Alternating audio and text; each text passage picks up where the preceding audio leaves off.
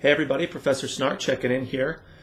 As we continue through our creative writing course, we've just finished up our first workshop unit, which was Unit 5, I believe is the official number of it. And it was great. I mean, really excellent writing from everybody in terms of the work that people are producing. But also, like I've said before, I think there was some really good feedback within the groups that each writer got. And so it's a funny thing, and now is a good time to reflect on the nature of a workshop course like this.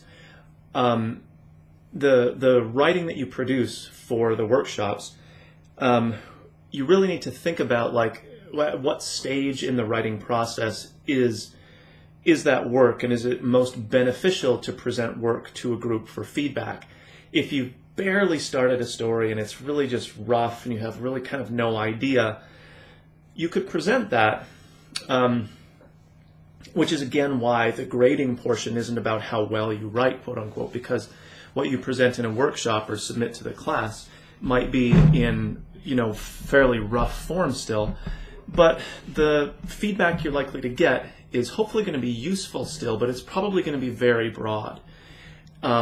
Like if you're missing pieces of a story, you can't quite begin it, or you have an ending and an opening scene, but there's pieces missing in the middle, you'll probably get very broad suggestions about how to kind of maneuver the story from one place to another, which again can be helpful, but maybe not as specific in terms of really affecting your writing on the level of the sentence or the paragraph or whatever, sort of the smaller scale, which is really where a good story can become a great story, on that level of things. By the same token, though, you really don't want to present work for a workshop that you feel is more or less complete. The point is not to say, here, look at this great work that I produced, but obviously to present work that's really in the middle of those two places, somewhere, literally towards the middle of the writing process. You've written it, worked it a little bit, but it's hardly complete or finished in your own mind. Because then you can get feedback not on necessarily just the big picture things, although you might get some of that as well, but also much more specific and concrete feedback about individual elements within the story or moments within the story that are either strengths or weaknesses, and both of those can be useful to hear back from readers on. So again, that's a major reason that I don't grade based on, again, quote unquote, how good the writing is, because each of the works that people submit for workshop could be at very different stages of the writing process. But having said that, again, I think the work that people submitted was just across the board some of the best that I've read in terms of like a first workshop in the intro course. It was just really diverse kind of genre, diverse tones that people took, diverse ways in which stories were told. Was it largely plot-driven, character-driven, so a lot of dialogue stuff, interesting mixtures of those two. In some cases, very sort of full writing with lots of detail about lots of all the aspects of setting and character. In terms of little setting, like the room that people are in, or big setting, like the city or the landscape, if you want to think of it that way.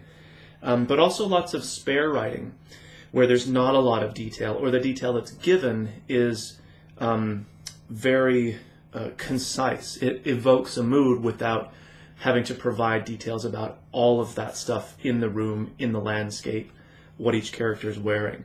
And again, it's not like one of those is right and one of those is wrong. In fact, what a workshop like this shows is, if you read a breadth of works that maybe covered those styles, is how effective a story can be, whether it's written in a very full descriptive way or a very spare style. So there's just no right direction to go necessarily. Both of those can be successful. And again, for our purposes, and particularly mine in terms of hoping that you get something out of the course, I think the feedback that people provided was, again, really helpful. It focused maybe a little too much on strengths, although that's probably an obvious thing that's going to happen, especially with a first workshop that we're doing, and one where we don't have face-to-face direct communication, so you want to be careful with tone and stuff like that. But people were very positive, which is great. I mean, that's very helpful for readers. I did notice and note for a few people, even though it probably goes against your good natures, is that if I'm a writer and I submit work and all I get is positive feedback, that's good, but it doesn't really move that story forward in the same way that somebody pointing out weaknesses might move it forward. Which again, it sort of contradicts our better natures to be positive about people's work. And of course, if you are going to point out weaknesses, you have to be careful with tone, especially because we don't have that kind of immediate interactive setting of the classroom. But people tend to get better with that stuff as we get more familiar with each other, which happens as we move through the course, and of course our other workshops that are coming up. So a really successful workshop, I think, on its own, but particularly as a first workshop for our course. So very positive. I think this will be a really great group to have for the rest of the term here, as short as it is. Which brings me to my next point, that as soon as we finish with our short story workshop here, either fortunately or unfortunately, it's sort of just within the nature of a course like ours, we don't spend more time on the short story, specifically the one that you've already written, or just the idea of the short story, but we move into our next genre, which is creative nonfiction, which is one that I think is the one that people are least familiar with, and B, one that is in fact one of the most interesting to write in for a variety of reasons. And I'll let you sort of explore that within the course without going into it at great length here. So we move into another genre here, working towards our next workshop, which is Unit 8, Creative Nonfiction. So be keeping in mind that we have units in between now and Unit 8, but you really want to have an eye on that workshop unit, so you're not trying to write that entire piece in just the day or maybe 2 days that we have between our units here. Again, the pacing of a course like this is really, in some ways, quite challenging. Something else that I was going to say. So the flip side of that is because we move away so quickly from the short story workshop, I'll remind you again that if you want to follow up with me individually about work that we've already kind of looked at or covered for the class, and follow up, to get more feedback or to ask specific questions that maybe didn't get answered, or even if you got some feedback from a person or people within your review group that you just weren't sure about, I'd be more than happy to, connect with people on a more individual basis, so that you don't feel like we finish a workshop and now we race to another thing and that stuff just kind of gets left behind. Certainly one of the big challenges of creative writing generally is not always just producing new work. People think of writer's block as kind of the major challenge that writers face. If anything, the more challenging situation is when you've got something and it's kind of in that half to 75% complete stage. How do you move forward with it? So revising, not just editing, but revising is, I think, one of the, if not the biggest challenges that most writers face. You've got to figure out what to revise, what not to revise, also important. You've got to figure out when things are done, which doesn't necessarily mean complete in the same sense that a birdhouse is complete when all the pieces are together. Sometimes you just have to say, well, it's complete in its form right now, and leave it at that. And I guess that's another thing worth mentioning, is that now that you've received workshop feedback, you can really get a sense of what is most useful to receive, but now for you to provide to the group members that you work with in the future. So there's nothing like being on the receiving end of it to really appreciate how to be a useful workshop participant as a reader or reviewer of somebody else's work. Which is also to say that what you're really looking for, and this is why we don't just pair up and exchange stories just one-on-one, is that what you're really looking for is kind of trends to emerge. So if I share my story with 3 or 4 people, and one of them hates the dialogue, one of them loves the dialogue, I can probably guess that, well, the dialogue is the dialogue, and I can see what people liked or disliked about it, and then make my own decisions about whether I want to make changes, or if there's strengths, maybe I need to make sure those strengths are throughout the story, not just at certain points, like there's unevenness maybe. But if all of my readers had challenges with the dialogue, it was too, whatever it was, so that is a much better indicator that I really have a problem that I need to identify and then work with, versus one person liked something, another person actually didn't like that thing, differences of kind of subjective opinion. So you really want to, kind of edit your editors after the fact here, and maybe some suggestions you won't take. There's nothing wrong with that, unless you're just being kind of arrogant about it. But again, look for those trends. Did a couple of people notice the same sort of thing?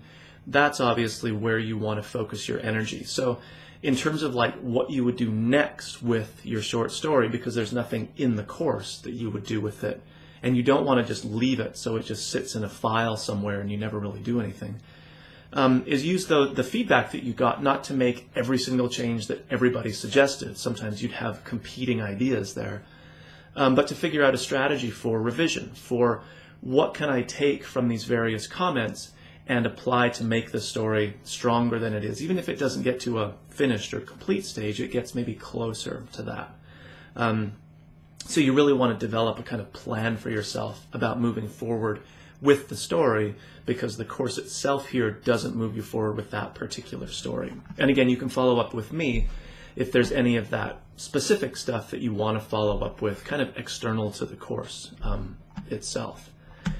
Okay, so we then move into Unit 6, 7, and 8, which are focused on creative nonfiction. We have one unit that's sort of a transitional thing, thinking about the relationship between fiction and nonfiction. And then Unit 7 is, I think, a really fun exercise that gets us thinking about creative nonfiction in terms of its application in this very famous setting. It's called This I Believe. It's a series that's been around for decades, where people submit kind of personal philosophy statements, if you want to call it that. There's lots of examples here in the course, or actually on the This I Believe website, that sort of explain its history and what it is. But it's a great